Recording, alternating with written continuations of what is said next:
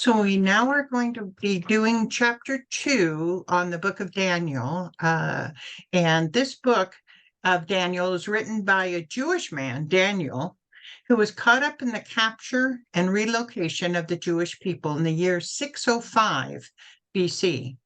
We assume that he and his 3 friends are about 13 to 15 years of age. And we know they are part of the royal lineage, but their actual connections to the Jewish kings and the line of Judah are lost in history. King Nebuchadnezzar, a prominent Babylon king in the book of Daniel, invades and controls Judea 3 separate times. The first, when Daniel is taken. The second is when the prophet Ezekiel is taken.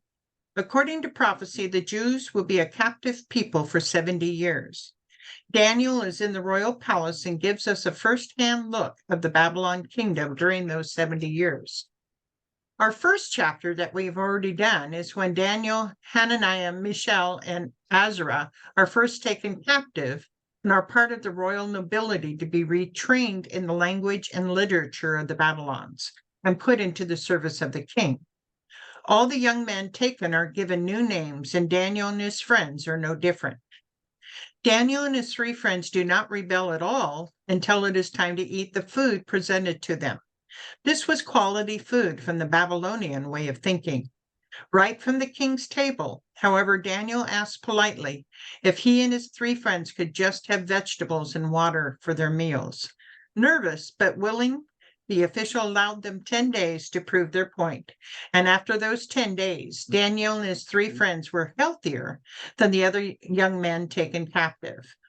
Then all the young Jewish men had to eat only vegetables and water. After the 3 years of training, Daniel and his 3 friends were put into the king's service, and none equaled them in every matter of wisdom and understanding. They were even better than the present magicians and enchanters of the kingdom.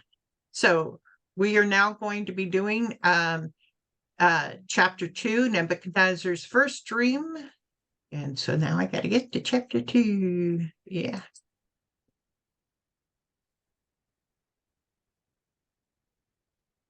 I'm ready when you are, darling. I'm getting there. Oh, no problem. The book was open to another chapter. Huh? We're always working.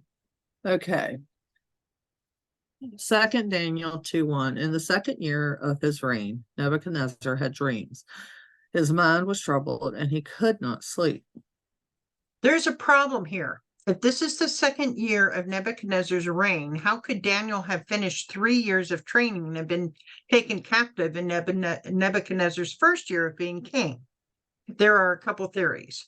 One, the ancient Babylonians spoke of the beginning and end of the reign of their kings in a way that often overlapped years. Therefore, 602 BC, 3 years after Nebuchadnezzar's first attack on Judah, could be both the 2nd year of Nebuchadnezzar's reign and after 3 years of training for the Hebrew youths. And Pastor David Guzik mentions that one. Number 2, Nebuchadnezzar was spoken of as the king of Babylon in Daniel 1:1, ahead of the complete truth, which we often see happen in the Bible. For his father did not die until after the battle of Carchemish, which was in 605 BC. That is, this story happens in the 2nd year of his reign alone, according to the Babylonian account, or the 4th year from his reigning jointly with his father, according to the Jewish account. And 3, this all happened when Daniel was still in training, and the writer takes us backward in time. So any of those are possible. What year of his reign did King Nebuchadnezzar have dreams? 2nd. Which theory above do you agree with, and why? I chose 2, but okay, in my opinion, even though I chose 2, in my opinion, I do know that in those days it was common knowledge that as the kings became old, their firstborn sons stepped up and started to run the kingdoms at that time. and the people referred to them as king, even though they were not anointed or fully recognizable as king, because the original king was still alive. Right. And that would all correspond to number 2 there, which makes a lot of sense. So How even though he wasn't Yeah, king, Daniel could have already completed his training. right. Yeah. I mean, even though they called him King Nebuchadnezzar when he came in, technically he may have been co-king or something too. How do we know that this is not a normal dream? It kept him from falling asleep, and it constantly kept his mind troubled. Right. What is the gift that God gave Daniel? To understand and interpret dreams. Right. Much like Joseph, actually. Do you see God's hand in all this? Yes. Yeah. Yeah. And When we look, go ahead. it's because the abilities that he gave Daniel. Exactly. When we look back, we can see God's hand. When we're right in the middle of it, we can't see God's hand very well. Yeah. So the king summoned the magicians, enchanters, sorcerers, and astrologers to tell him what he had dreamed. When they came in and stood before the king, he said to them, "I've had a dream that troubles me, and I want you to know what it means." What are these 4 types of advisors? Magicians, also known as magi. The term really means wise men eminent in learning and science. Their exclusive possession of which enabled them occasionally to produce effects which would be accounted supernatural by the people, but it would be from science and stuff. Enchanters, one who has spirits at his command or pretends to perform surprising things by the agency of demons. Sorcerers, foretelling future events or discovering things secret by the aid of spiritual beings other than human means. And then astrologers, many translations use the word Chaldeans, those who believe the stars in the sky give meaning to our lives. Who did the king summon? The king summoned the magicians, enchanters, sorcerers, and astrologers. Why did he summon them? Um, because of his dream. Right. Based on your information about magicians above, which would be similar to our scientists and researchers today, what would their interpretation of any dream be based on? They would do it through a science of psychology. Yeah, I think you're right. They would probably use psychology, science, maybe what did you eat yesterday? These things. They would base it on science, that type of thing. Like with us, in our church, we have a Pentecostal base. But we do have a lady, and she has the gift to interpret dreams. And she told us a way for us ourselves to figure out if we dream, to figure out a basis of possibly what our dreams could mean. And Right. there is a book that we can get from Amazon that is in regards to her teachings. Oh, cool. Well, I do think I'm more open to Pentecostal than Dave and Sadie are, although it does make me uncomfortable too. But um, I do think there's a lot of powers and gifts that we are not using. And because we have a hard time to believe that they exist, and that limits then their ability to come. And there's like 7 gifts or more that are talked about in the Bible that were given to us, right, to use. Right. And that's one of the gifts that were given. And I learned about it when I went to the women's conference in Sutherland. It was a 2-day conference. It was a Friday and a Saturday. It was called Grit, Gratitude, and Grit, Grace, and Gratitude. Great. I remember you talking to me about it. I do think that we have diminish the power of those abilities because we assume they aren't real. And but I agree. I think they do exist. The problem we have these days is anybody who has a gift like that, and I happened to know a person who was a healer. It is so hard when you have a gift like that not to get pride with the gift. So it's very hard to try to stay humble when you have a gift like that. It's like being a Superman or whatever. It's hard to stay humble when you have, God's power behind you. So it's based on your information about enchanters and sorcerers above, what would their interpretation of the dream be based on? I'm gonna say, like, with the magicians, they're gonna do it with a science background, probably leaning more towards psychology. Right. And then the They're gonna- enchanters and sorcerers? yeah, they're gonna look more at closer. Now the enchanters, they're probably gonna say that he's got demons. Right. And the sorcerers are going to try to foretell the future with their cards of divination and things like that. And then the astrologers are going to probably do like a birth chart and try to say this is what's in his stars. Right. Exactly. Yep. I was some of those things before I was Christian. Yeah.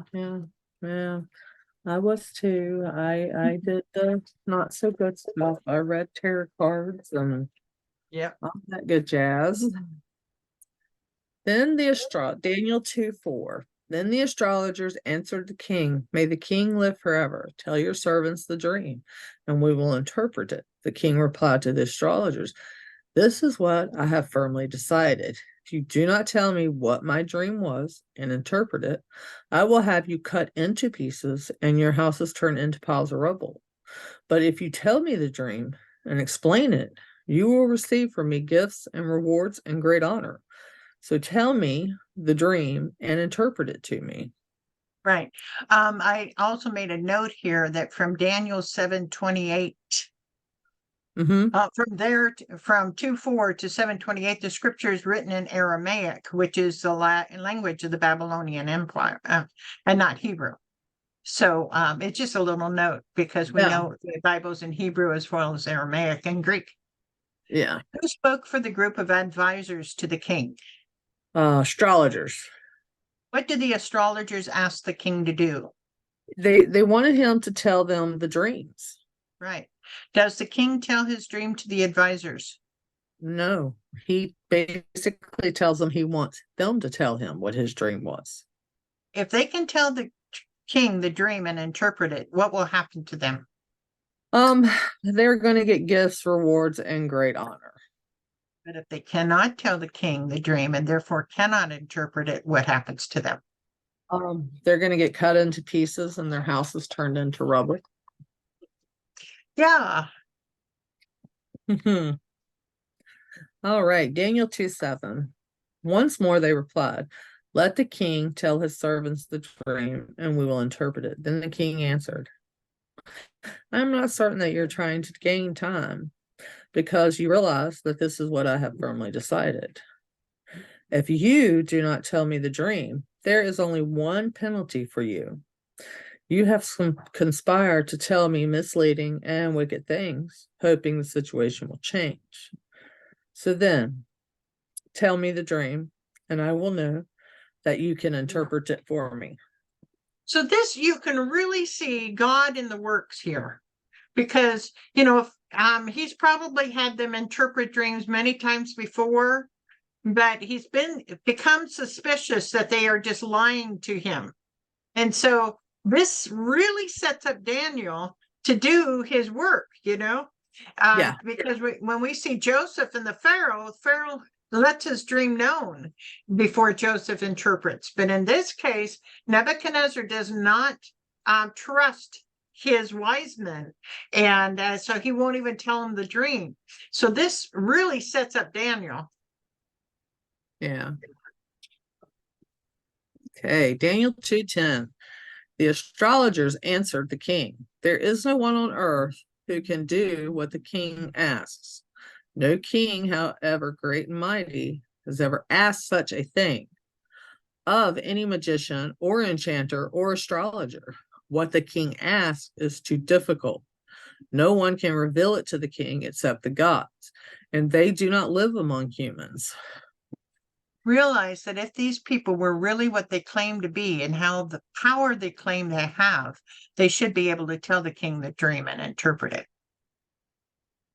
We now know the reason why King Nebuchadnezzar will not tell them the dream. What does he say in verse 9? That there is only one penalty. Okay. There are some interesting and truthful statements that the astrologers tell the king. They are, go ahead and complete those.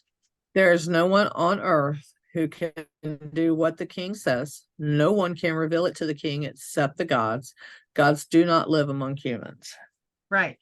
Can any of the advisors tell the king the dream and then interpret it? No, they can't. According to Daniel 2:5, what will happen to these advisors since they can't interpret the dream? They're going to be cut into pieces and their homes turned to rubble. Right. So the question becomes, does the king know his dream well and is testing the advisors, or has he forgotten the dream or parts of it? Bible scholars generally believe that King Nebuchadnezzar believes it's an important dream about the future, but he can only remember parts of it. He feels the dream is important, but does not want to get false or misleading interpretation by just telling the parts he remembers, although he has told his dreams for interpretation before. Mm-hmm. Daniel 2:12. This made the king angry and furious, that he ordered the execution of all the wise men of Babylon. So the decree was issued to put the wise men to death, and men who were sent to look for Daniel and his friends to put them to death. Right. Did the king like what he heard from the astrologers? No. What did the king order done to all the wise men of the kingdom? To kill them. Right. Why does this involve Daniel and his friends? Because they are wise men, because they were taught the knowledge and literature of the Babylonians. Right. But wait, what is Daniel gifted by God with? To understand and interpret dreams. Right. Does God use dreams to send information to people? Yes, especially when they do not have God's word to read and understand. We have several important dreams in the Bible. 1 Kings 3:5, at Gibeon, the Lord appeared to Solomon during the night in a dream, and God said, "Ask for whatever you want me to give you." Matthew 2:13, when they have gone, an angel of the Lord appeared to Joseph in a dream. "Get up," he said, "take the child and his mother and escape to Egypt." Sometime in the future, that will happen as well. That will happen as well. Okay. Acts 2:17 from the prophet Joel. In the last days, God says, "I will pour out my spirit on all people. Your sons and daughters will prophesy. Your young men will see visions. Your old men will dream dreams." I think sometime in the future, this will happen as well. I think that was an error there. Yeah. All right. Okay. Nebuchadnezzar's first dream. 4 crossed in the Second. year of Nebuchadnezzar's reign, he had dreams. 5, which advisor believes the stars in the sky give meaning to our lives? Astrologer. 7, which advisor are the wise men who know about learning and science? Magicians. 9, the king was so upset that he ordered the Execution of all the wise men. 10, according to the advisors who alone can tell and interpret the dream for the king. gods. 11, gods do not live among Humans. Right. 1 down. If the advisors could not tell the dream and interpret it, their House will be turned into rubble. 2, the advisors pleaded with the king to tell his dream. advisors the dream, right? Oh, his servants. Servants the dream. 3, if the advisors heard the dream, the king believed that they would tell wicked and misleading things. 6, when he had these dreams, Nebuchadnezzar's mind was troubled and he could not sleep. And 8, if the advisors were able to tell and interpret the dream, they would receive gifts and Rewards. great honor. Okay, so this finishes this chapter, and I will see you on the other side. All right. And